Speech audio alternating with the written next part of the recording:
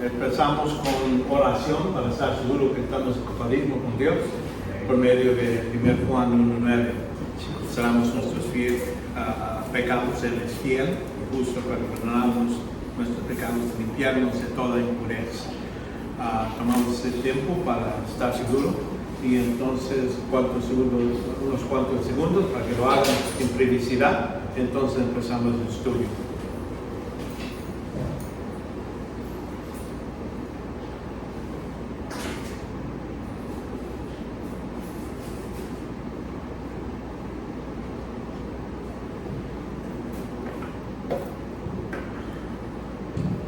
Padre, te damos gracias por este tiempo. Pedimos que tu Santo Espíritu sea con nosotros, ayúdanos a comprender y entender tu palabra de un modo que te dé gloria y nombre en cómo lo utilizamos, y que seas glorificado por lo que hacemos por medio de ella, Padre. Esto lo pedimos en el nombre de Jesucristo. Amén. Bueno, ahora vamos a empezar lo que es el Evangelio de Juan. Este título asociado con este cuarto evangelio de Juan es consistente. No hay mucha discusión entre los que han estudiado la Biblia que Juan era el apóstol de Jesucristo. Vemos que desde hace mucho tiempo estado con este evangelio. Vemos el autor declara explícitamente su propósito casi al final de su libro, y ahí nos da el propósito. Espérate, no estoy muy lejos. Ok, primero vamos a hablar del texto clave. El texto clave de Juan es aquí en Juan 1:3, 16 a 18. Notan ahí que ahí habla desde el énfasis aquí es que porque de tal manera amó Dios al mundo que dio su Hijo unigénito para que todo aquel, notan aquí, todo, inclusivo, gentil, judío, ¿verdad?, que cree en Él no se pierda, mas tenga vida eterna, porque Dios no envió a su Hijo al mundo en la primera vez para juzgar al mundo, sino para que el mundo sea salvo por Él. Ese es el propósito de Cristo en el principio.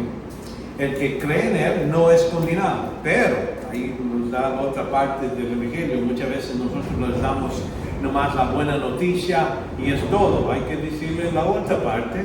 Dice, pero el que no cree ya ha sido condenado porque no ha creído en el nombre del unigénito Hijo de Dios. Entonces ahí es donde, reconociendo que hay dos partes del Evangelio, es como una moneda. Cada moneda tiene dos lados. Un lado es la cara, ¿verdad? Y el otro lado sabemos que el Evangelio incluye la condenación. Es parte de cómo Dios trabaja con nosotros en todo lo demás. Vemos que este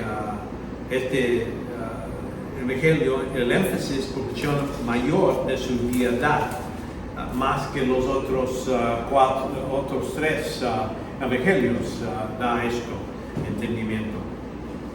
Si queríamos resumir el libro en una frase, Jesús es el Dios hombre que da vida eterna sobre la base de su muerte y a todos los que creen en Él, y vida abundante a los que los siguen. Entonces hay dos partes del Evangelio aquí, reconociendo vida eterna es algo que se da en el momento que uno cree en Cristo.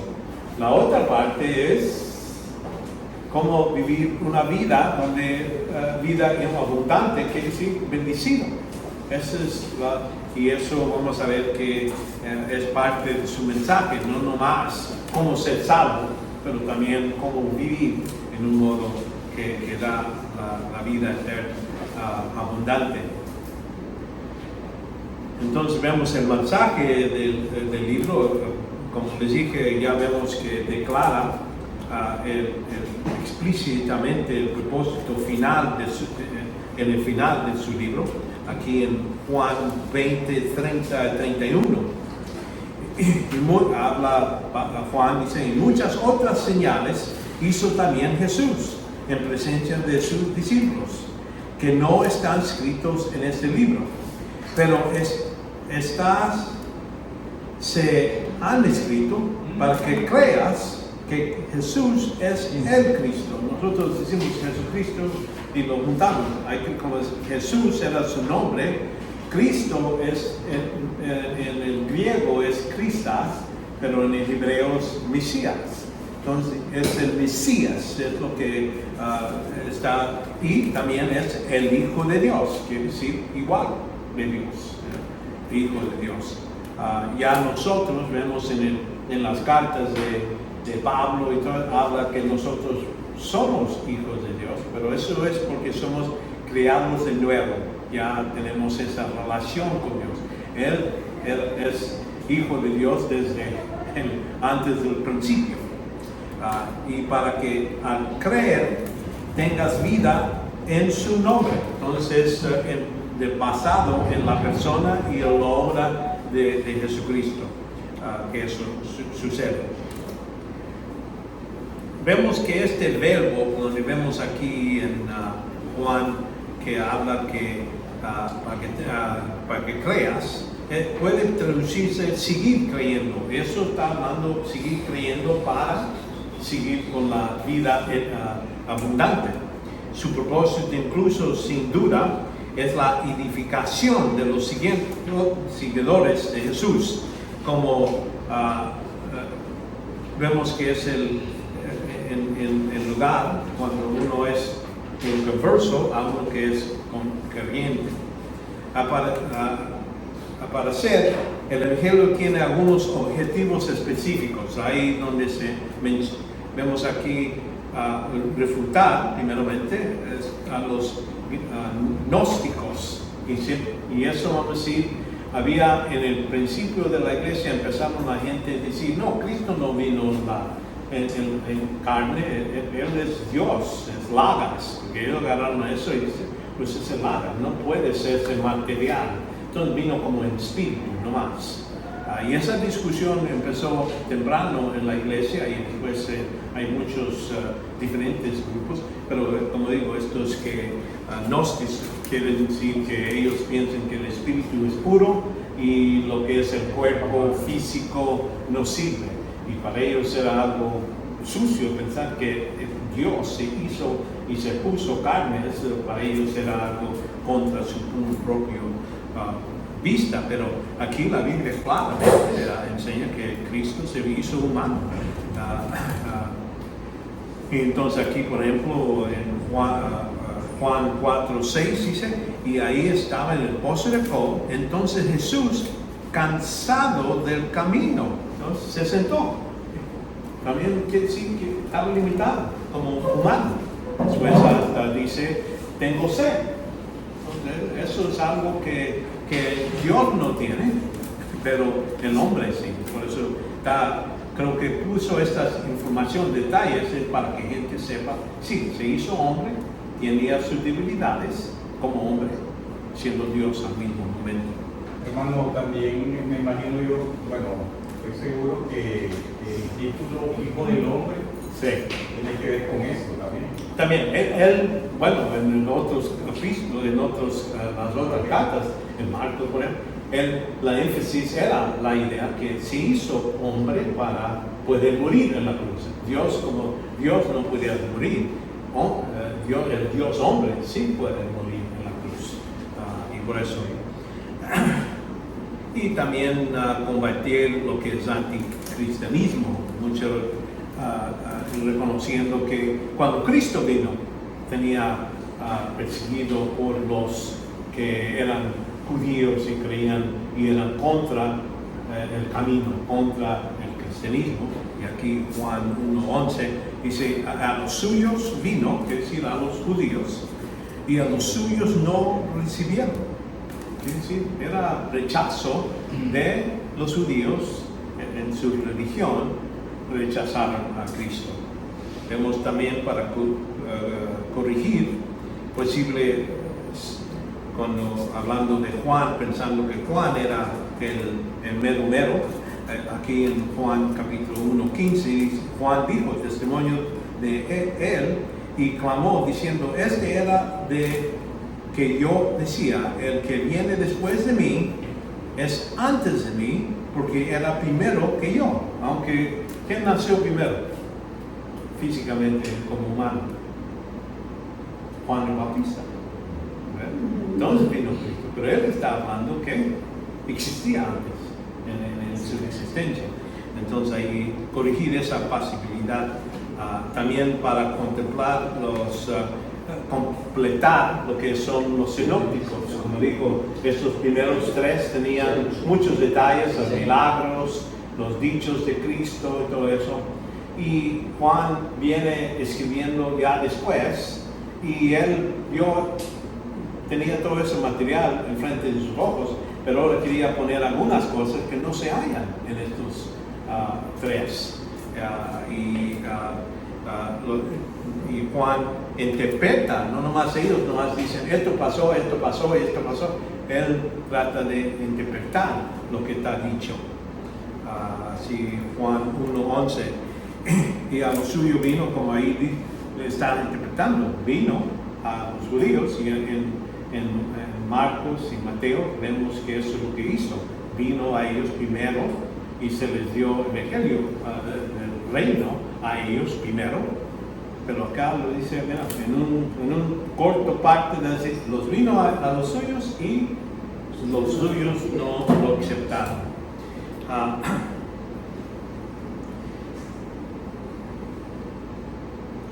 Seguimos con la visión, quiere decir cómo se debe de ver el cristiano.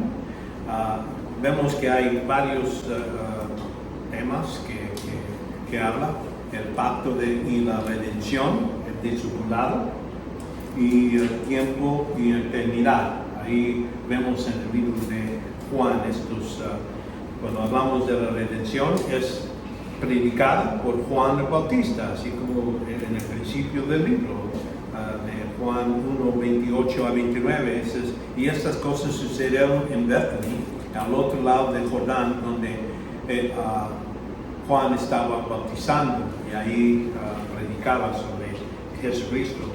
Y vemos por un incrédulo, vamos hablando de una persona que declara quién es Jesucristo, el propósito de Cristo, en Juan 11:49. Pero aún de ellos, Caifás era sumo sacerdote en este año, y les dijo, vosotros no sabéis nada, ni tenéis cuenta que os más conveniente que un hombre muera por el pueblo y no por toda la nación. Entonces ahí vemos una declaración de uno que no cree en Jesucristo, pero lo dice en la idea de matarlo para que el pueblo no sufra lo que es la ira de Roma. Dice así, lo quitamos de un lado porque está metiendo la cosa y cambiando nuestro modo de vivir, y es mejor que él muera. Y entonces lo que ellos intentaban, pero no es lo que Dios estaba haciendo. Jesucristo iba a morir por su pueblo para que todos seamos rescatados, todos. Y eso espiritualmente es lo que Dios hizo.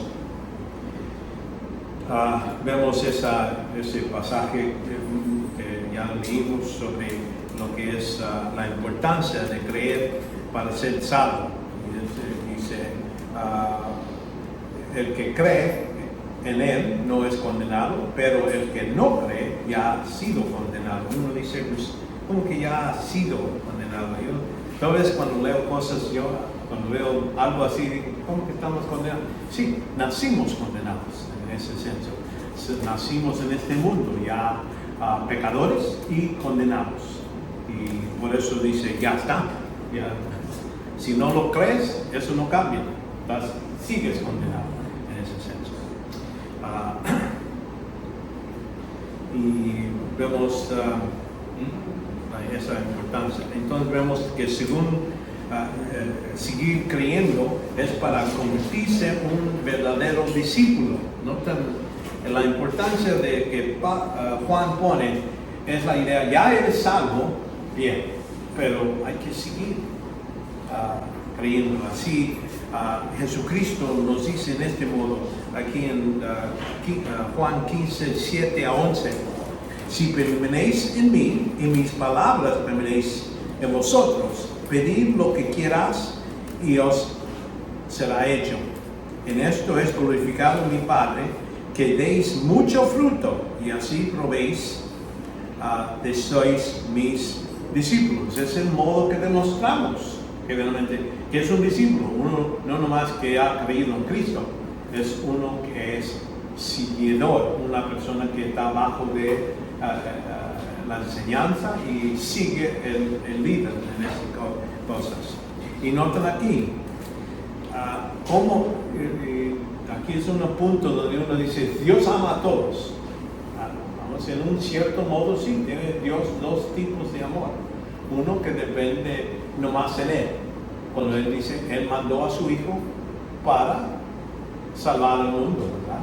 Y entonces Él amó, quiere decir, y merecíamos ese amor, no. Eso es un amor que no depende en objeto a quién. Pero si queremos ser discípulos verdaderos, dice, hay otro amor que Dios tiene para los que lo siguen. Y aquí, no lo estoy diciendo aquí en versículo 9 dice, como el Padre me ha amado,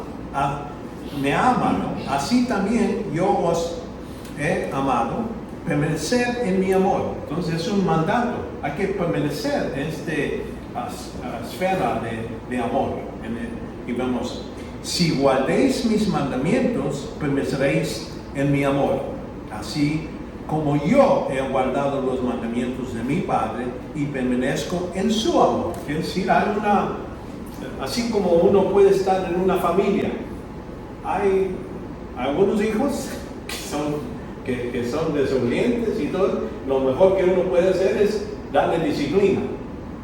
Pero hay otros hijos que siguen buscando a su padre, hacen lo que le agrada al padre. Entonces, ¿qué le puede ser? Es más bendición. ¿Entienden? Sí. Cuando se habla, hermano, esa palabra siempre me ha llamado la atención.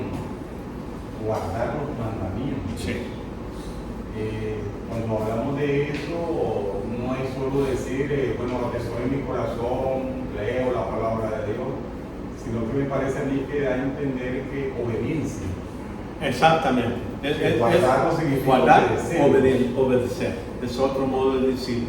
Es exactamente que Dios ha dado muchos, especialmente para la iglesia, ha puesto muchos otros mandatos. No está hablando de los mandamientos del Antiguo Testamento, en el senso de cómo estos discípulos, para ellos, ahorita en esta época, sí, están bajo de la ley, entonces debe obedecer esas. Que me llama la atención también por el joven rico. ¿Cómo? El joven rico. Exactamente. Desde todo eso lo he guardado de mi juventud. Y entonces le dice, bueno, vende todo, dárselo al pobre y sígame. ¿Verdad? Entonces la parte que no le gustó es dejar todo lo que tenía. Dice, no, y salvar a los pobres. Y supuestamente uno de los mandamientos amarás a tu prójimo. Sí. Entonces no está amando a su prójimo. No, exactamente. Está bien. Exactamente. Nato cumplir, quiere Dios que nos ame a Él con todo nuestro corazón, con todo nuestro ser. Es la parte y la segunda es amar a nuestro prójimo, como en este caso, en el Antiguo Testamento, era amar uno como uno quiere ser amado, tratado. Pero ya después Cristo nos va a cambiar en poco tiempo, en esta misma conversación. Le dice, no van a decías que han oído que deben de amar uno a otro como el prójimo, pero yo les doy un nuevo mandamiento, y el nuevo mandamiento dice, hay que amar unos a otros como yo les he amado. Entonces ya no ha levantado otro nivel más alto. Vemos la enseñanza sobre Dios en esta sección también, esta introducción.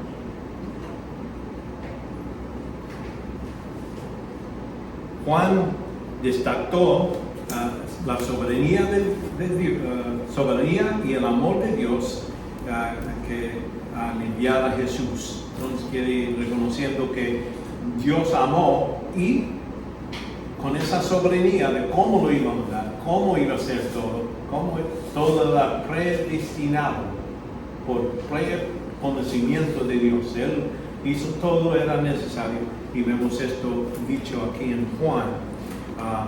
Jesús revela perfectamente a Dios, ¿verdad? Porque él, aquí en Juan 1:18 dice: nadie ha visto jamás a Dios, el unigénito de Dios, que está en el seno del Padre, Él le ha dado a conocer. Entonces nadie ha visto, es parte de nuestro conocimiento cuando dice que vieron a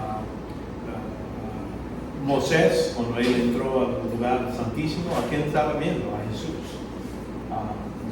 en ese momento, por eso.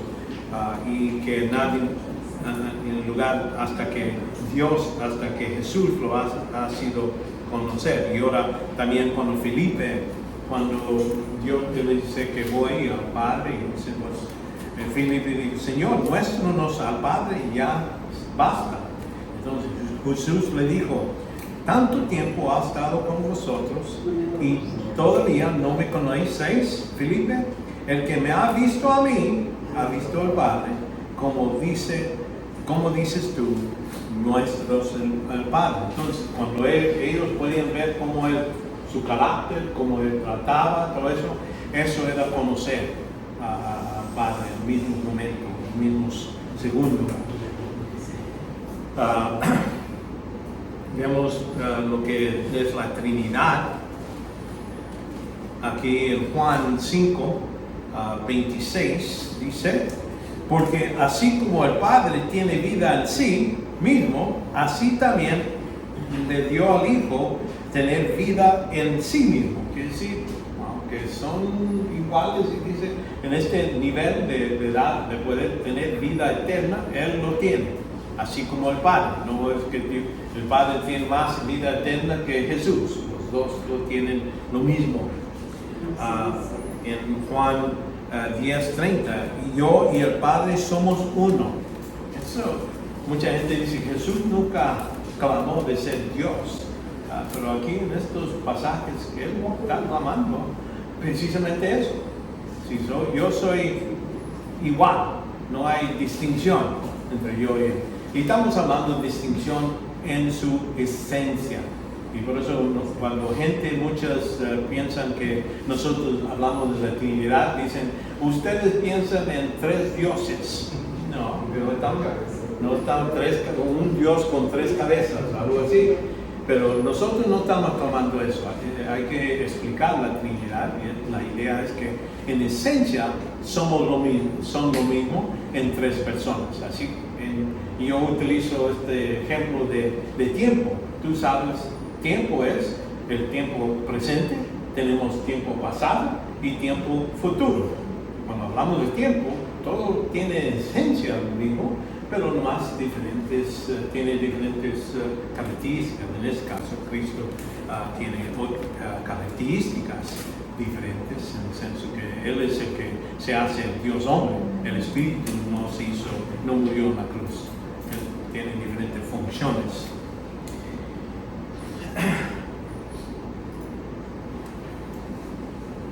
Y vemos que enseña la estrecha relación entre el Padre y el Hijo, aquí en Juan 1:33-34. Y yo no le conocí, pero que me envió a bautizar en agua, me dijo: aquel sobre quien veas el Espíritu descienda y posea sobre él, este es el que bautiza en el Espíritu Santo. Entonces ahí hace la decisión. Vemos que la Trinidad se aparece después cuando el bautismo sale Jesucristo y ve el Espíritu sobre él, Espíritu de Dios, y el Padre dice: este es mi Hijo, en que soy muy agradecido. Entonces ahí vemos la Trinidad ahí. enseña, vemos la enseñanza de Jesús sobre lo que es el Espíritu, lo llama Consolador. Es más extensa que ningún otro evangelio, lo menciona varias veces.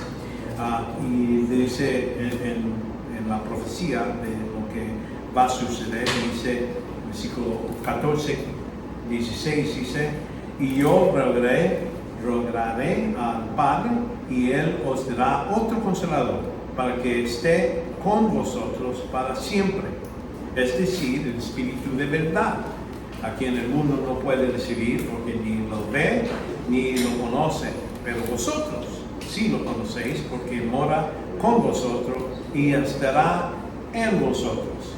Ahí está, hay que reconocer estos dos tiempos. En el pasado, en el Antiguo Testamento, mucha gente estaba lleno del Espíritu Santo, vino sobre ellos, dio poder, capacidad para hacer ciertas obras, pero era mínimo, pocos. Aquí está hablando que está entre vosotros, quiere decir, aquí el Espíritu Santo está trabajando, Jesucristo está ahí. Mucho de lo que está haciendo está por medio del Espíritu Santo.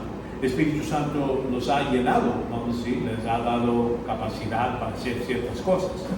Pero aquí dice que estará en vosotros. Está hablando cuando el Espíritu viene a vivir dentro del creyente, la morada del Espíritu Santo. Esa es una gran distinción que necesitamos hacer entre el Antiguo Testamento y lo que sucedió.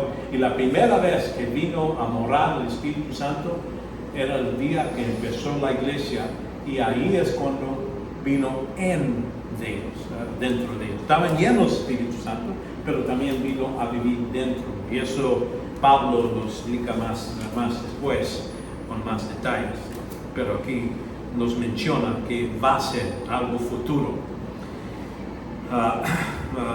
También vemos que incluye el nacimiento, como digo, ahí dice que va a vivir dentro de nosotros.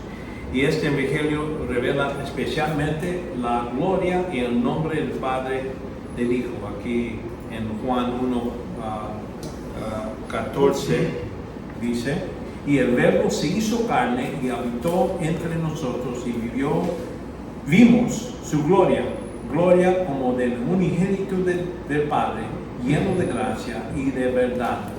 Entonces, aunque durante su vida muchos no reconocían a Cristo como es así, pero el creyente, los discípulos, podían ver, ya después con más fe, y empiezan a ver cómo Él manda al mar a calmarse, les da de comer a 5,000 personas. Todo eso es, cuando decimos gloria, estamos en reconocimiento. Eso creció, y la gracia, como Él decía a los pecadores. No nomás fue a los reyes y vivir en los palacios, Él fue a los más pobres, los débiles.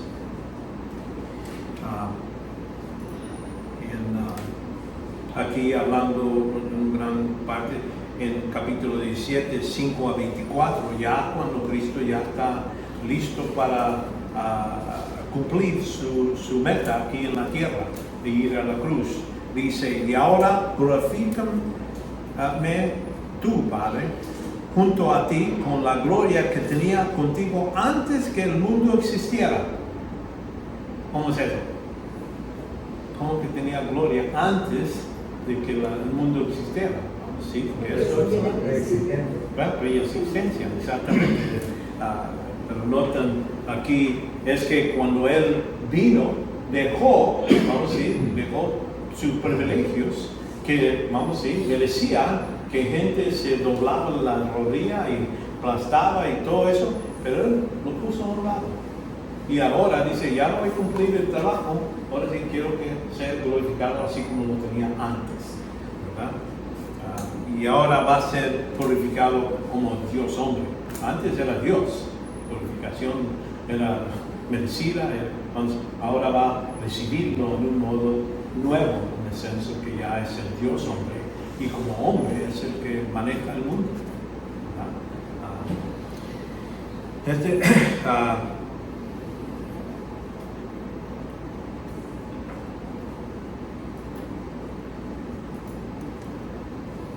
Aquí hay enseñanzas sobre la unidad de Cristo. Y dice que aquí, que él aquí en el versículo 9, 1:9, dice, existía la luz verdadera que al venir al mundo alumbra a todo hombre. Uno dice, bueno, ¿en qué modo alumbró a todo hombre? Bueno, la luz puede ir a diferentes lugares, pero si no está recibido, se esconde. La gente se esconde detrás de un rock o cualquier cosa, pues no lo recibe, no beneficia. Pero sí vino a todo hombre, no vino nada más los electos, o los que iban a ser salvos. Dice a todo hombre. Es decir, ahí está puesto como una luz y ahora la gente puede verlo, aceptarlo o rechazarlo, voltear de la luz. Por muchas personas, pero muchas personas por elección propia son espiritualmente ciegas. Y noten aquí, que la luz está ahí, pero noten el versículo Juan 1:10, dice, en el mundo estaba y el mundo fue hecho por medio de él y el mundo no lo conoció, quiere decir no reconoció quién era. También nos dice lo mismo aquí en Juan 9:39, y Jesús, yo vine a este mundo para juicio, para que los que no ven, vean, y para que los que ven se vuelvan ciegos. Y uno dice, ¿tiene ese propósito? ¿Quiere Dios que sean ciegos? No, es por su propia voluntad que se cierran, que cierran los ojos. La luz puede estar ahí, pero si tal, uno se niega lo que está claramente puesto, y es lo que hizo por medio de los milagros, las enseñas. El Espíritu Santo estaba convenciendo al mundo por medio de estas cosas, pero gente rechazó. Aquí también en capítulo 12, aquí hablando Jesucristo dice, mientras tenéis la luz, creed en la luz, para que seáis hijos de luz. Estas cosas Jesús habló Jesús y se ocultó de ellos, pero aunque habían hecho tantas señales delante de ellos, no creían en él. Entonces, las señas eran claras.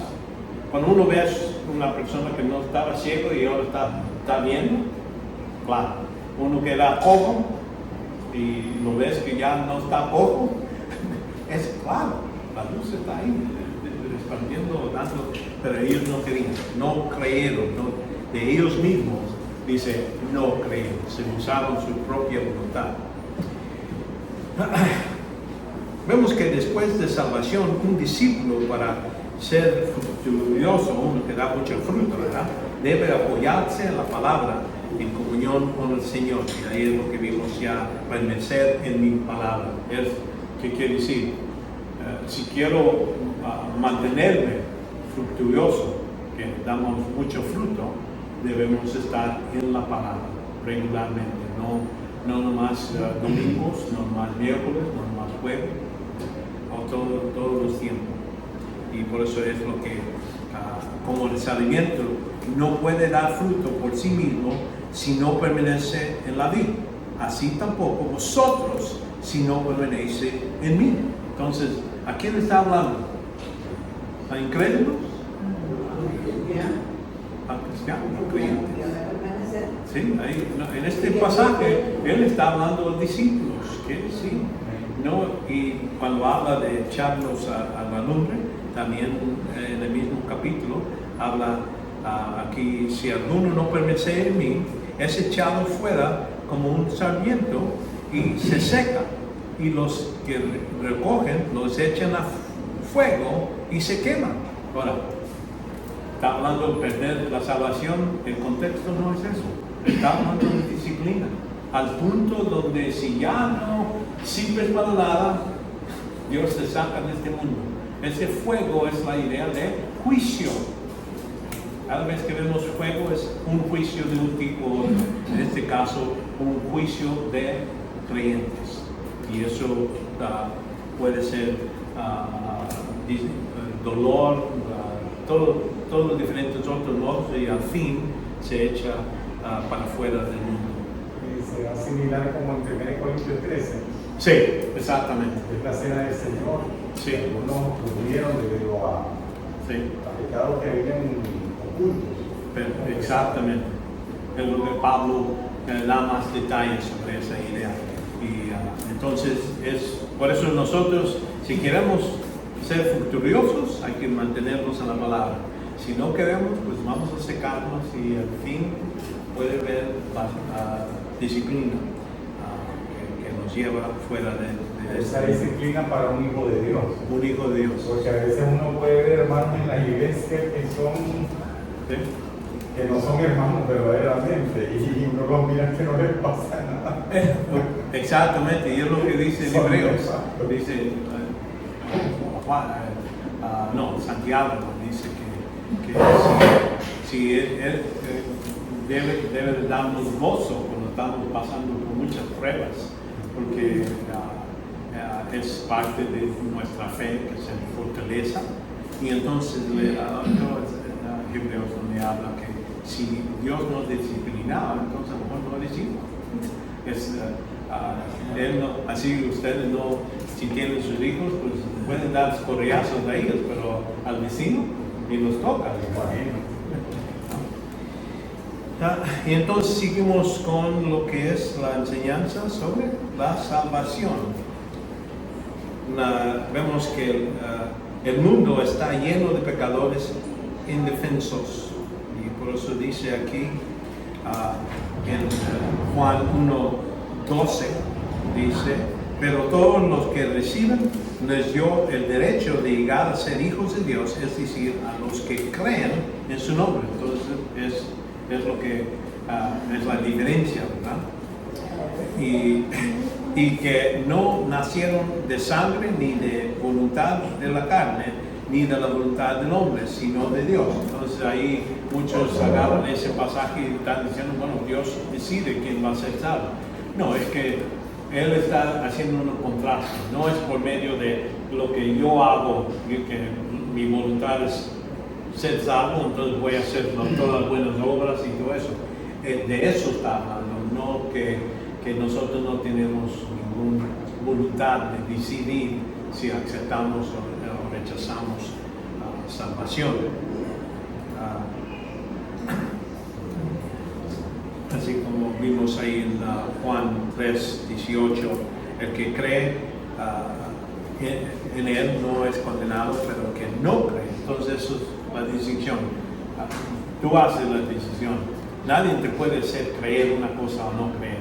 Uno hace la decisión dentro de ellos para hacer la decisión uno o otro.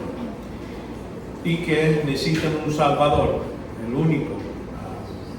Aquí en Juan 14:6 dice: sí, Jesús le dijo: yo soy el camino y la verdad y la vida. Nadie viene al Padre sino por mí. Entonces aquí en el versículo 7, si no habéis conocido, también habréis conocido a mi Padre. Desde ahora lo conocéis y le habéis visto. Hablando que ya por medio de ver a Él han visto a su Padre. Vemos que Juan en el Evangelio y también en sus cartas hace una equilibrio entre las decisiones soberanas de Dios y de enviar a su Hijo. Aquí en 5:31 dice de Juan: si yo solo doy testimonio de mí mismo, mi testimonio no es verdadero.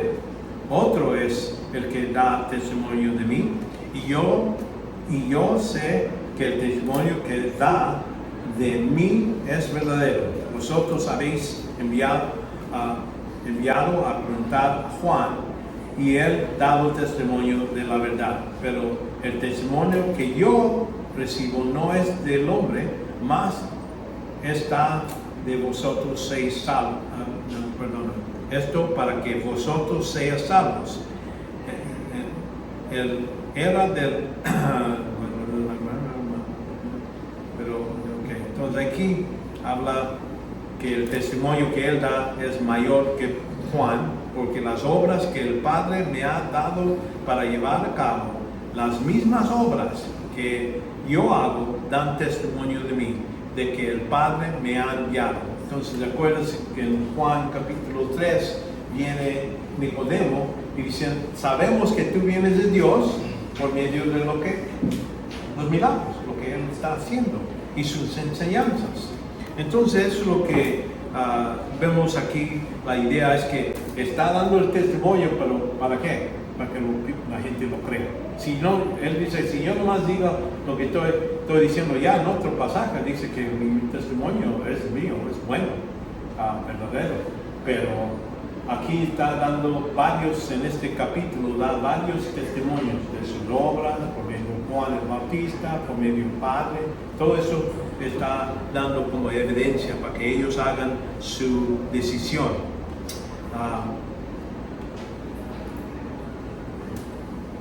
Vemos que la sumisión de Cristo es parte de esta salvación que nos da a nosotros. En el principio existía el Verbo y el Verbo estaba con Dios y el Verbo era Dios y el Verbo estaba en el principio con Dios.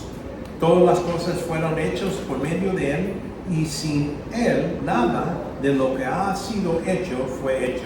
Los testigos de Jehová agarran esto y a veces le dicen, sí, es un Dios. Dije, está bien, si uno ve nomás esa parte, el Verbo era Dios, el Verbo un Dios, pero entonces dime cómo este Dios vino a existir. Porque dice, todas las cosas fueron hechas por medio de Él. ¿Quién es Él? El Verbo. Del mismo Verbo, ¿verdad? Estamos hablando. Y sin Él, sin el Verbo, nada de lo que ha sido hecho fue hecho. Entonces, Él no se ha hecho, porque Él no es nada. Entonces, quiere decir que sí, ahí hay una contradicción, ¿verdad? Si no es el Verbo Dios, entonces si es un Dios, ¿cómo se hecho? Si no, aquí dice que Él nada fue hecho, entonces no fue Él hecho. Por eso digo eso. Es esa complicación es seguir adelante a ver todo el contexto, todo el texto, no más quedarnos con uno. La parte que no le gusta, ¿verdad? La voluntad del hombre es una invitación directa, como hemos visto, cuando dice, porque tal manera amó el mundo que dio a su Hijo unigénito para que todo, es decir, no hay excepción, lo más malo, más feo, que no se baña, el que se baña, todo quiere decir ahí, ¿verdad? Que cree en Él, no se pierda, más tenga vida eterna. Entonces, es lo que vemos esta universidad, que es por medio de la voluntad del hombre. Vemos Cristo en Juan, vemos aquí el principio, aquí, el verbo, lagas.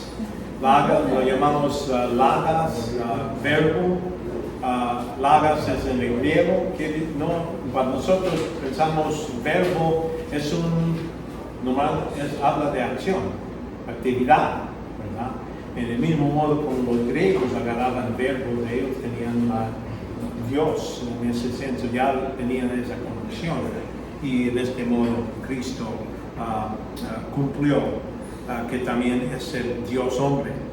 Jesús es Dios encarnado. Aquí la deidad se amplifica en muchos de los yo soy. Esta frase se utiliza en Juan varias veces. Cuando habla que yo soy el pan, yo soy la vida, yo soy la luz del mundo, yo soy la puerta de las ovejas, yo soy el buen pastor, yo soy la resurrección. Uno dice, ¿cómo que eres? ¿Tú eres resurrección? ¿Cómo es eso? Resurrección que no es una actividad, no, pero dice, sin Él no sucederá la resurrección en ese senso. Y yo soy la vida. Él da vida porque Él tiene en sí mismo la vida para poder dar. Y Él es el camino, la verdad, yo soy la vida, yo soy la vida verdadera.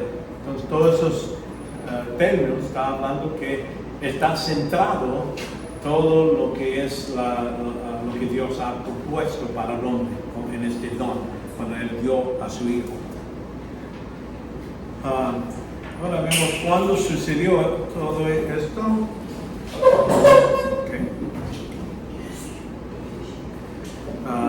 Vemos que en el libro, durante el ministerio terrenal de Jesús, de 26, que decir, de 26 a 30 es lo que está documentado, porque ya cuando empieza con Juan el Bautista ya está en su ministerio. Juan está anunciando. Aunque vemos que en el principio estamos hablando de antes de la creación, ¿verdad? Pero nomás se menciona. Pero lo demás, lo que está escrito, los eventos, está hablando de después de Juan, cuando él empezó a anunciarlo a Jesucristo y hasta la muerte y la resurrección de Cristo, ¿verdad? El conocimiento de Jesús como Cordero, y entonces por parte de Juan, y concluye con la interrogación de Jesús a Pedro, cuando le junta al mar y le dice, ¿me amas a mí? Entonces es la otra parte que vemos ahí tras su resurrección. El Evangelio de Juan ayuda a determinar el desarrollo del ministerio de Jesús desde su bautismo a su muerte, y describe los viajes de Jesús a Jerusalén. Notan aquí que uno de los otros, creo que era Lucas, creo que ellos estaban en Galilea, mucho del ministerio. Aquí vemos que lo que está documentado casi es cada vez que viene Jesús a Jerusalén. Eso es aquí, vemos y eso nos da fecha de cuando empezó su ministerio y cuando termina.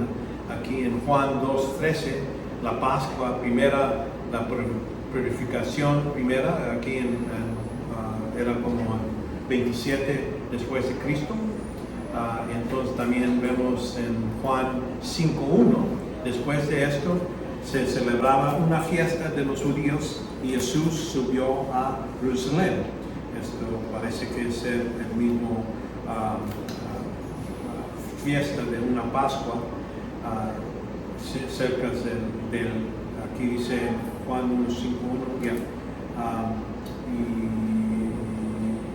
y subió a Jerusalén. Entonces vemos en 6:4, capítulo 6, dice, Pascua justo antes de la comida, dando comida a los 5,000.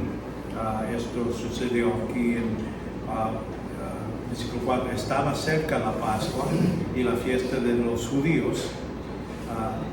Está hablando de la misma fiesta. Entonces Jesús, alzando sus ojos, viendo a una gran multitud, venía y él dijo a Felipe, ¿dónde compramos pan para que coman estos? Entonces esto es otra fecha que podemos utilizar. Ya estamos hablando de 3 Pascuas. Entonces cuando llegamos a número 4, por eso decimos la Pascua de que es la entrada triunfal de Jesús, en el día de después de que él entra a Jerusalén. Es el tiempo de Pascua, es cuando Cristo muere en la cruz, en después de DC, 30 DC. Entonces, por eso decimos, es 4 años su ministerio, porque el primero era la purificación. Entonces tenemos 4 Pascuas que se pasan en el ministerio. Según esta interpretación, Jesús exigió su ministerio durante estos 3 años más el tiempo transcurrido entre el bautismo y la primera limpieza del templo. Un poquito más de 3 años.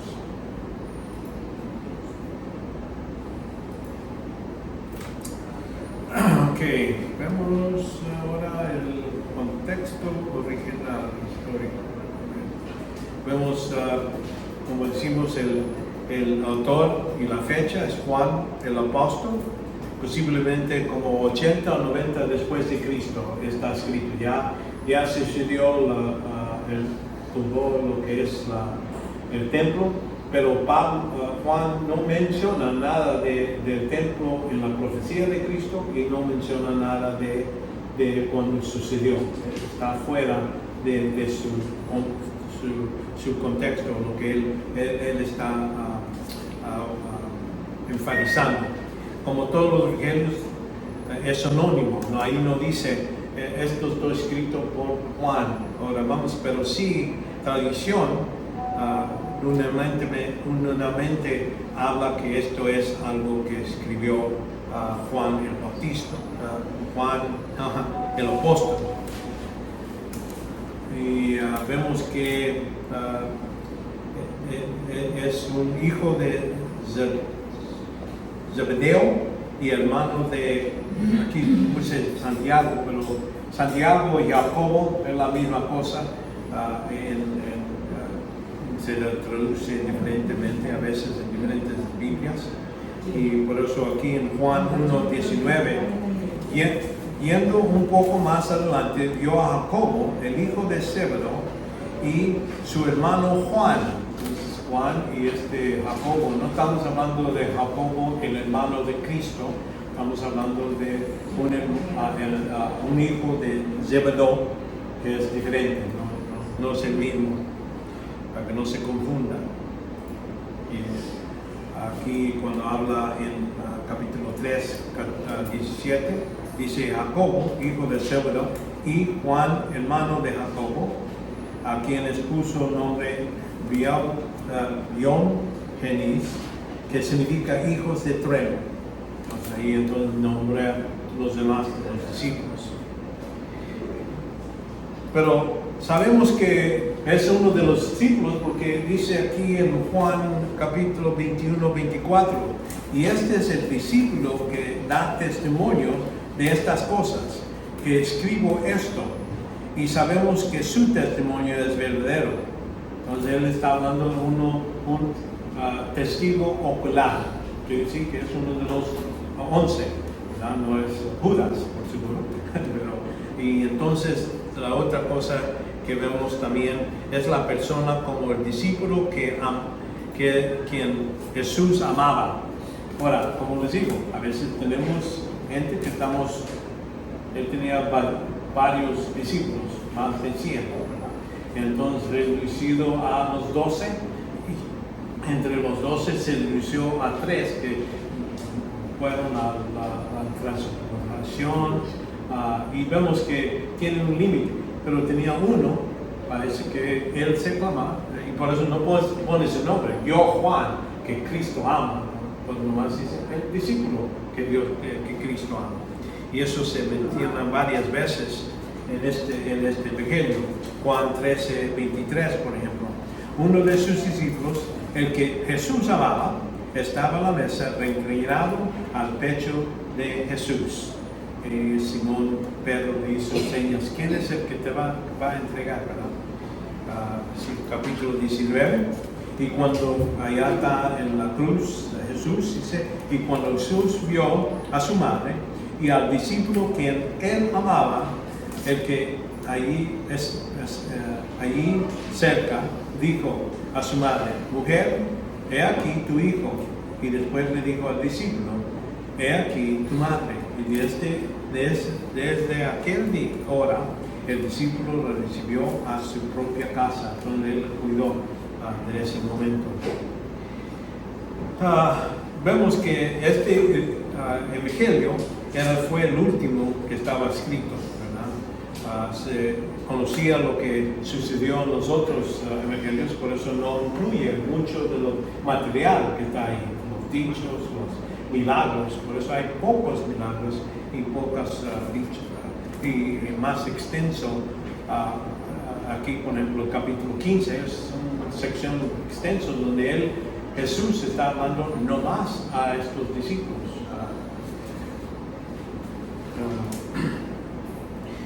Y y ofrece mucho material nuevo. Por eso hablamos que eran como 80 o 90% nuevo, no está en nosotros evangelios. No menciona la destrucción, como dije, de lo que es el templo, también como los otros, pero tampoco pone la profecía que el templo en Jerusalén iba a ser destruido.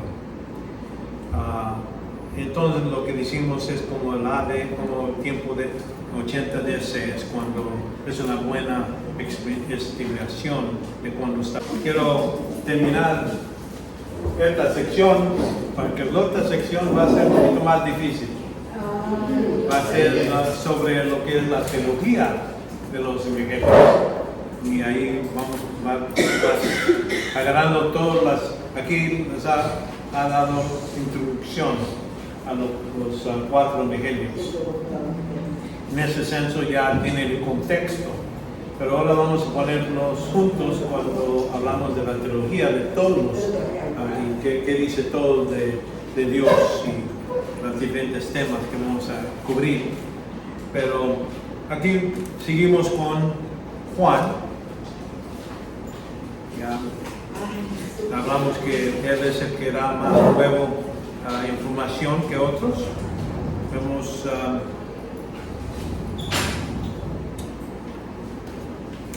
probablemente estaba escrito para los cristianos según la soledad y la congénita tradición cristiana. Vemos que creció mucho. Juan escribió y hizo su ministerio ahí en Efesios, la ciudad más grande de la provincia romana de Asia. No hay ninguna razón por qué no creemos que ese es el mismo destino, aunque ahí nos dice a los cristianos en Éfeso, así como Juan, las epístolas. Las similitudes entre el libro y las cartas de Juan fueron escritas claramente para los creyentes. Significa probablemente que el evangelio estaba destinado a beneficiar a todos los creyentes, a los gentiles y judíos en general. Entre otras cosas, Juan comenzó destacando con, vemos que el Logos, ahí en primer 1, un concepto precedente en la filosofía griega. Ellos entendían lo que querían decir con Logos. El público judío debía de tener una seguridad que Jesús era el Mesías. Por eso ese es el propósito y lo pone aquí en esta carta. La ecuación de cuando estaba escrito, vimos, no relata los factores humanos que podemos decir, esta es la razón que estaba sucediendo o escribió esto, pero parece evidente que el sentido impulsado a ofrecer el dato más completo, ya viendo que los 3 evangelios estaban completos en su carta, dice, quiero completar lo que él vio que parecía que necesitaba cumplir, especialmente la deidad de Cristo y la idea que era el Dios hombre, los dos al mismo tiempo.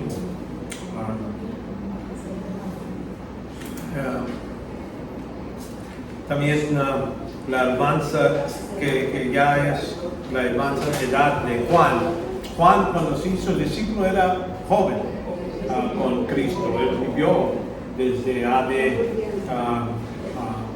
30, quiere decir 30 a 100, quiere decir como 70 años, quiere decir que ya está anciano. Sí, y su vocabulario y cómo él expresaba mucho de lo que está hablando Cristo, y a veces hay secciones donde vemos que Cristo está hablando y de repente ya no está Cristo hablando, está hablando Juan y está usando las mismas modos de hablar, así como uno imita a la persona que uno está bien impresionado. Parece lo que sucedió con Juan. Vemos otra vez con el género y el estilo, un evangelio compuesto en griego, koine, quiere decir el griego común, así como ustedes hablan español común entre ustedes, ¿verdad? No están hablando como que están en un instituto. Sí, exactamente, el barrio. Es lo que él utilizaba, sencillo pero elegante. El Evangelio a veces es claro, a veces como vimos en capítulo 3, 16 y 18, es claro, hay que creer en Cristo o estás condenado, es claro, ¿verdad? Y a veces complejo, como en Juan 6, 41, cuando Jesús está hablando a los judíos, pero eso los judíos murmuraron contra él porque había dicho, yo soy el pan que descendió del cielo. Entonces, esos son más complicados para entender. Para nosotros lo entendemos, porque estamos ya informados por la Escritura, por el Espíritu Santo. Estamos hablando de judíos que, sí, cuando ellos hablan del pan, están hablando de algo de poco. Pero entonces, también la puerta y es el pastor. Al mismo tiempo, el versículo en Juan 10:1 dice, en verdad, os digo que no entran por la puerta en el redil de las ovejas, sino que sobre otra parte, ese es ladrón y salterón. Pero el que entra por la puerta es el pastor de las ovejas. Ok, hay puerta y ya está el pastor. Son dos distintos individuos, ¿correcto? Vamos a decir, no es la puerta, es el pastor que entra por la puerta, ¿verdad? Eso uno empieza con eso, pero ya después en la conversación cambia Jesús. Aquí, y en este caso, la puerta será el Espíritu Santo, el que permite la entrada del verdadero pastor. Y así abre el portero, y las ovejas oyen su voz y llaman sus ovejas por nombre y los conduce afuera. Entonces después, en el mismo contexto, dice en versículo 7, en verdad, os digo, yo soy la puerta de las ovejas. ¿Ves como poco complicado? ¿Cómo que es la puerta? Si ahorita me decís que eres el pastor que entra por la puerta, ahora ya es la puerta. Entonces lo que digo es, a veces complicado, aunque es sencillo el libro, esto cita más explicación, no variamente. En el mismo modo como Él es el buen pastor, también es la puerta que dice, nadie viene al Padre sino por mí. Es el camino. Y Él es el camino, ¿me entiendes? Todo eso se junta para poder interpretar lo que Cristo está diciendo. Muy probable estos judíos están, ¿de qué está hablando? Y están bien confundidos, porque no tienen el Espíritu Santo y no tienen todo el contexto. Por eso digo, a veces es complejo en cómo él habla. Su estilo de presentar el desarrollo están compuestos, como por ejemplo, tienen amor o odio, luz frente de oscuridad. Hace ese tipo de ¿cómo se llama? De contrastes en su modo de hablar. Frente a tira, vemos también arriba, frente a lo que es abajo, incluye un rico simbolismo cuando habla de la palabra, el cordero, el pan, la agua, pastor. Cada uno de esos temas o utilizando ese vocabulario está empacado con muchas cosas teológicas y requiere más trabajo para entender. Por eso alguna gente dice, si vas a empezar un cristiano, empiece con Juan. Bueno, yo les digo, no, creo que Juan es bien complicado, porque si no, fácilmente se va a confundir si uno lee estas cosas en este modo. Que sale también de pan. Sí, que es el vino, pan, todo eso. Y si ya después que uno ha leído los primeros otros evangelios, entonces llegar aquí a lo mejor ya puede entender mejor. Sin embargo, este evangelio relata muchos menos milagros que Jesús, que los demás. Juan seleccionó un número limitado de milagros, porque su énfasis es diferente de los otros. Ellos querían relatar qué pasó, cómo pasó, y tenían su seleccionado también, como Mateo seleccionó para comprobar que Jesús es el rey de los judíos, y de dónde nació, cómo vino, es hijo de David y todo eso. Pero aquí Juan, su deidad, ahí pone, pero y entonces limitado, y su valor como señales y verdadera identificación de Jesús es lo que él está enfatizando.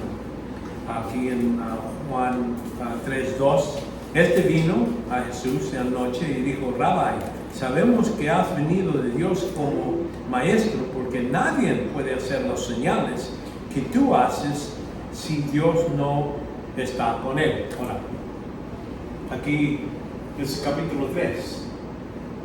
Capítulo 1, deidad de Cristo, el testimonio de Juan. Capítulo 2, pues habla del Espíritu Santo, pero no enseña mucho milagro, pero te está impresionado por eso, por los señales. Entonces quiere decir que sí, muchos milagros han sucedido.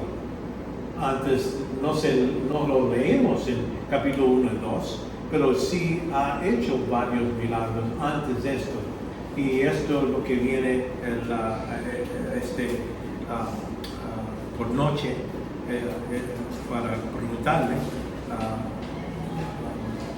Nicodemo vino por noche para preguntarle: en verdad os digo que el que no nace de nuevo no puede ver el reino de Dios. Entonces ahí, como digo, como judío, él dice: pues no puedo nacer. ¿Cómo voy a nacer otra vez? Dice: ¿cómo puede un hombre nacer ya viejo? ¿Acaso puede entrar la segunda vez a la vientre de su madre a nacer?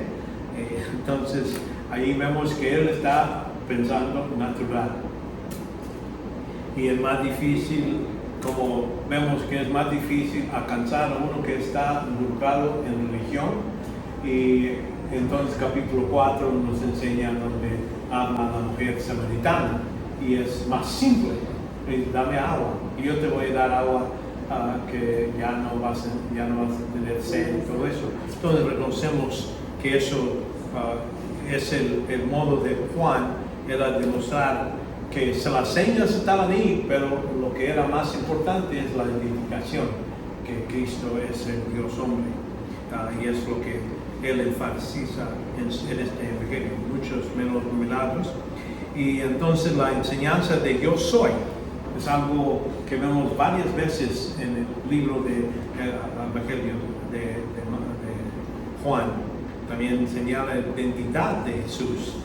En vemos yo soy, como dice en Éxodo 3:14, cuando se aparece enfrente de Moisés, entra y aparece en esa que se quema, pero no dice: ¿quién eres tú?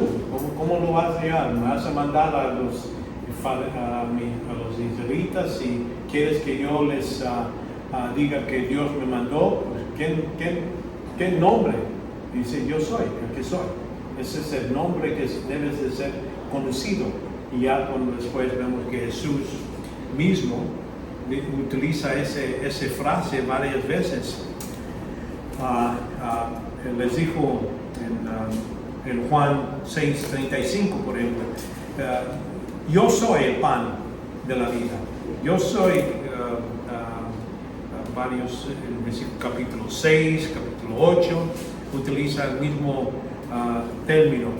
Jesús, en versículo 8:12 dice: Jesús habló otra vez diciendo: yo soy la luz del mundo. Entonces vemos en el capítulo 10, 14, yo soy el buen pastor, yo soy. Esa información, vemos que está enfatizando la persona de Cristo como el centro de lo que es el mensaje. y por eso se presenta en varios modos. Es el pan que viene del cielo. ¿Qué quiere decir? Así como ellos comieron pan en el desierto y les dio vida en el desierto, Él viene del cielo y da vida eterna, y eso es mejor, es lo que les explica. Vemos que también hay otra frase que utiliza tiempo, donde Dios usa este término a la hora. Cuando la primera vez que hace el milagro, María le pide a él que haga este milagro y dice de ayudar en esta boda que necesitan vino. Pero Jesús le dijo: mujer, ¿qué nos va a ti y a mí? ¿Qué nos importa a nosotros? ¿Verdad? Todavía no ha llegado mi hora.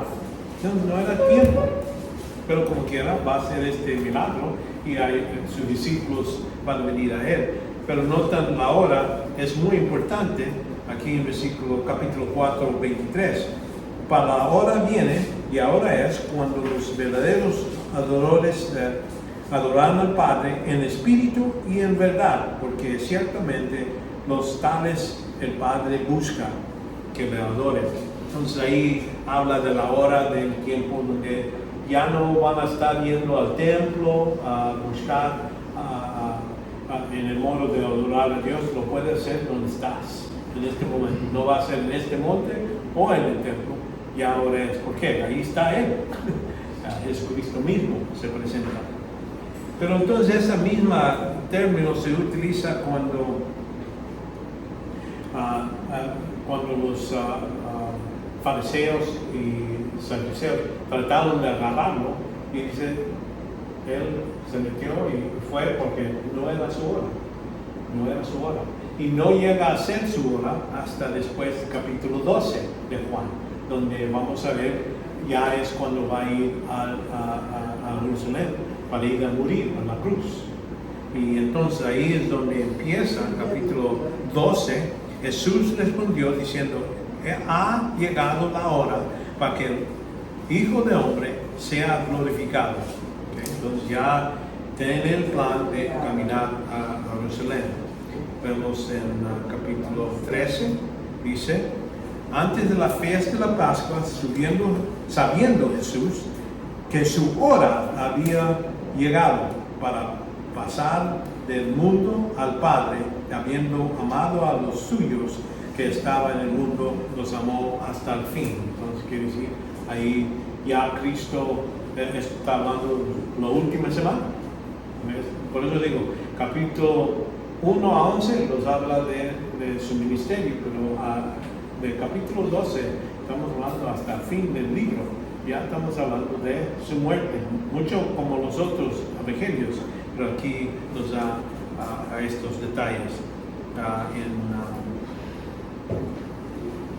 Hermano Jorge, Sí. estos evangelios, al mirar que ellos no repiten, ¿verdad? Entre ellos Sí. las partes que suceden en la vida de Jesús. Ellos eran seguidores de Jesús, ¿verdad? Sí. Sabemos que el Espíritu Santo los iluminó para escribir los libros. Sí. Pero ¿cuál fue el propósito exactamente de que ellos escribieran cosas diferentes? O sea, Okay. porque todas las cartas iban dirigidas, todos los evangelios estaban con el propósito de evangelizar en ese momento. Entonces, ¿será que no todos vivieron esos acontecimientos y no los pudieron escribir? O No, lo que estoy diciendo, algunas cosas sí. Entre los sinópticos, muchos de ellos estaban los mismos eventos, pero con diferentes énfasis. La énfasis son las diferencias. Mateo, por ejemplo, como decimos, él está enfatizando que Cristo es el Rey. Y por eso vemos muchos detalles de su nacimiento y cómo pone toda su genealogía desde el tiempo de David. Y entonces, pero vemos, por ejemplo, el otro que habla del Hijo del Hombre. Él empieza con la genealogía, pero por medio de María. y ella va de María hasta Adán, que quiere demostrar que sí, vino 100% hombre. ¿Entiendes? Cada uno tiene su énfasis, quiere que, así como uno, y eso por la ayuda del Espíritu Santo, hizo esa división. Algunos, Marcos, por ejemplo, era el primero que escribió, él puso datos, así como un reportero, muchos datos están ahí, pero no habla mucho de lo que él dice, más que lo que ha hecho. Algunos otros hablan más de lo que él dice que lo que él hace. Entonces cada uno tiene su parte y por eso utilizamos los cuatro para agarrar toda la historia. Y por eso la segunda parte de esta clase va a ser lo que es la teología de los evangelios. Por eso es la razón, ¿no? Y cada uno a veces pone unos detalles que no lo hay en el otro, y otros ponen otros detalles que este no puso. Pero cuando ven todos juntos, se puede ver toda la historia. Sí. Los temas, ya es lo que estamos viendo. Entonces vamos a ver las características de este libro. Las características. Juan omita muchos de los acontecimientos incluidos en los otros evangelios. Por eso decimos, él escribió después que estos evangelios estaban escritos, él está poniendo algunos eventos que no están mencionados en los otros evangelios. No se encuentra nada del nacimiento, bautismo, tentación, expulsión de demonios, no se menciona. Los parábolas, narración de los parábolas, no está, o la inscripción de la Santa Cena, ¿verdad? No lo menciona. Pero incluye algunos milagros que no se hay en el otro, hablando del agua convertido a vino, el primer milagro que apenas mencionamos, y entonces del ciego de nacimiento, no se menciona. La otra es Lázaro resucitado, no se menciona en los otros evangelios.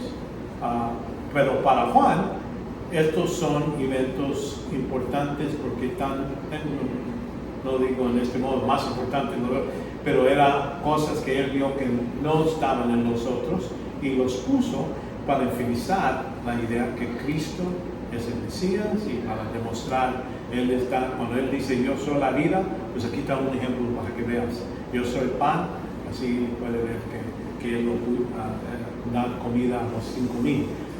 La idea utilizó para poder ilustrar la necesidad del hombre de comer del pan de Dios. Entonces, la otra cosa características que debo de mencionar es la historia de lo que es el manuscritos. La mujer sorprendida en el adulterio, vemos que este pasaje si no se parece en algunos manuscritos más antiguos, parece que era algo que estaba puesto después. Bueno, no les voy a decir nunca pasó, pero no es que estoy diciendo la evidencia de los manuscritos. Cuando digo manuscritos, estamos hablando de copias de la Biblia más antiguas.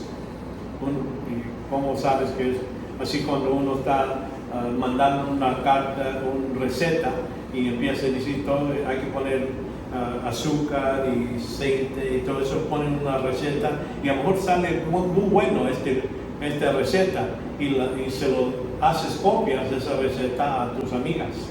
Entonces ya después el perro come tu copia de tu receta y dice, bueno, ¿cómo voy a arreglar esto? Pues voy a llamar a mis amigas. Y esta amiga, sí, lo tenía y aquí te lo doy. Y uno ve que ahí tiene todo lo mismo, pero aquí le puso un sabor de vainilla. Y ves la copia de otra, aquí no tiene vainilla. Entonces quiere decir, bueno, a lo mejor es algo que alguien puso por su sabor, pero no es del original. Y en el mismo modo, aunque ya se perdió el original, pero si comparas todas las demás recetas, y todos tienen la misma cantidad de azúcar, cada uno tiene la misma cantidad de aceite, entonces esto estaba en lo original.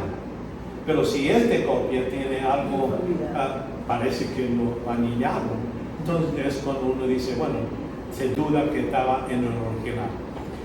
Tiene muchas, cuando uno ve la historia, parece que hay varias lecciones que uno puede sacar de ahí, pero uno de ellos es decir, ve y no peques otra vez. Eso no es posible. Y entonces también, y la misericordia, la idea que ahí da detalles que los más ancianos salen primero, entonces primero los jóvenes, creo que los jóvenes salen primero, entonces los más ancianos, o algo así. Y uno dice, ¿por qué? Bueno, a lo mejor él ha añadido algunas cosas para ayudar a los sacerdotes a cumplir y tener mejor luz o algo así, no sé. Pero la idea es que algunos manuscritos no los tienen, y por eso si uno ve su Biblia, muchos ahí en la traducción dice, esta porción no estaba allá, así como la última parte de Marcos, hay una sección que también hace tomando víboras y todo eso, y algunos dicen que no estaban. Ese tiene otra diferente solución, pero sí. Y por eso lo menciono aquí, porque en caso que uno empieza a decir, bueno, esta no es parte de la Biblia, ya lo saben, que los escritos no lo tienen, pero hay muchas lecciones que uno todavía puede, la misericordia de Cristo, que Él puede perdonar, todo eso. Son cosas que se hacen en otra parte de la Biblia, no necesitan esa historia para cumplir eso. Vemos la ordenación del libro, vemos que el cuerpo principal, vemos que en el capítulo 1, ¿verdad? De prólogo, donde habla en el principio, el verbo estaba con Dios, toda esa porción. Entonces vemos que y al fin vemos el epílogo, es decir, al fin de todo el libro ya vemos donde él dice el propósito es para que ustedes crean que Cristo de Jesús era el Cristo, quiere decir Jesús era el Mesías que estaba esperando los judíos. La primera sección principal de los sellos, Jesús, la conversión de sus conflictos entre las conversaciones iniciales, donde empieza a hablar a los discípulos de llamada, y entonces la reacción mixta de los conflictos, ya cuando se empiezan a pelear, algunos dicen, algunos creyeron, normalmente no termina, no dice nadie creyó, pero dice, este grupo lo rechazó, todo eso, pero entonces a veces pone una sentencia o algo donde dice, que algunos creyeron. Y entonces vemos la glorificación, y ya después cuando hablamos de Juan capítulo 13 y adelante, ya estamos hablando de su ida a la cruz. Última cena, su discurso después de la última cena, el discurso con sus judíos, con sus discípulos, que ya iba a mandar el Espíritu Santo, que yo soy la vid, y mantenerse dentro de su amor, todo eso, esas instrucciones a creyentes se lo dan. Y entonces cuando le piden cómo orar, notan aquí Jesús quiere decir que sus oraciones no eran cosas que él decía público y se oía por todos. Todas sus oraciones, casi todas que vemos en la escritura, son privadas entre él y su Padre. No has hablado, es todo. En largo tiempo, horas duraba, pero eso todo en privado. Y por eso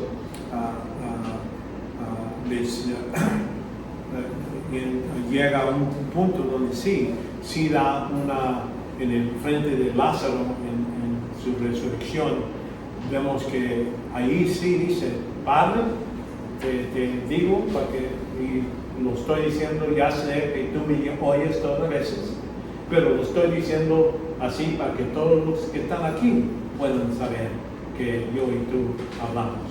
¿Entiendes? La razón que lo hace público, nomás por esa sección, esa oración, es para que sepan que este es el Padre, por medio del Hijo, que está resucitando a Lázaro.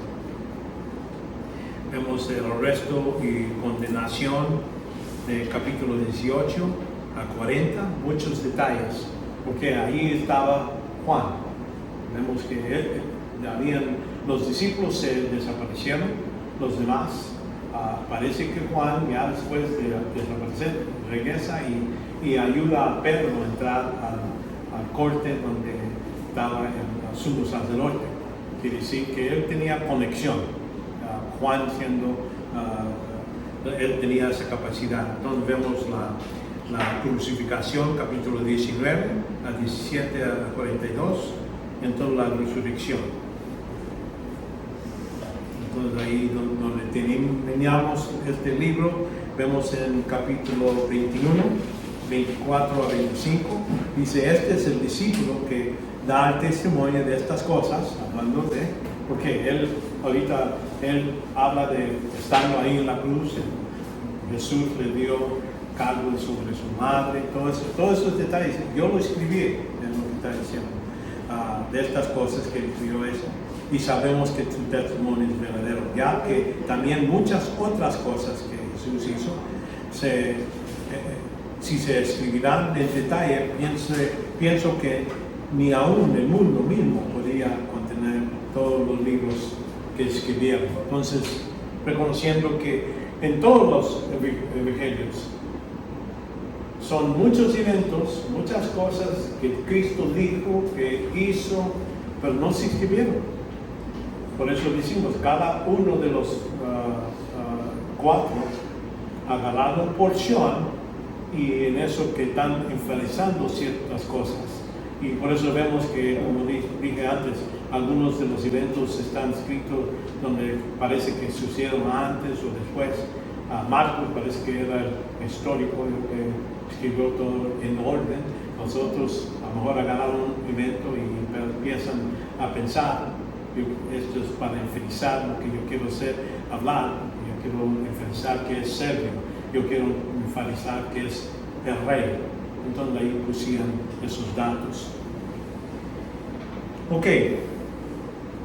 Con eso ya terminamos, creo.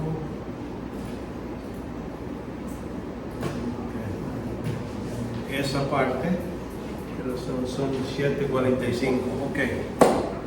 Bueno, sí tengo lo que es la siguiente ya listo, pero para darles un break, vamos a temprano, para la otra semana vamos a estar más duros porque les digo, va a ser sobre lo que es la teología de todos estos, de los evangelios. Y ahí, como digo, deben de leer atrás de sus folletos las ideas claves, porque de ahí van a venir todos los exámenes. All right. Oramos, vamos a orar. Padre, te damos gracias por este tiempo que nos has dado. Pedimos que nos ayudes a comprender, entender más y más de tu palabra, para poder aplicarla de un modo que te dé gloria y honra. Padre, te damos gloria. Gracias por todo lo que has hecho por nosotros y pedimos que sigas estando con nosotros, dando salud y descanso, donde vamos a regresar a nuestros lugares de descanso, y que seas glorificado por lo que piensamos, digamos y hagamos en esta semana. En el nombre de Jesucristo.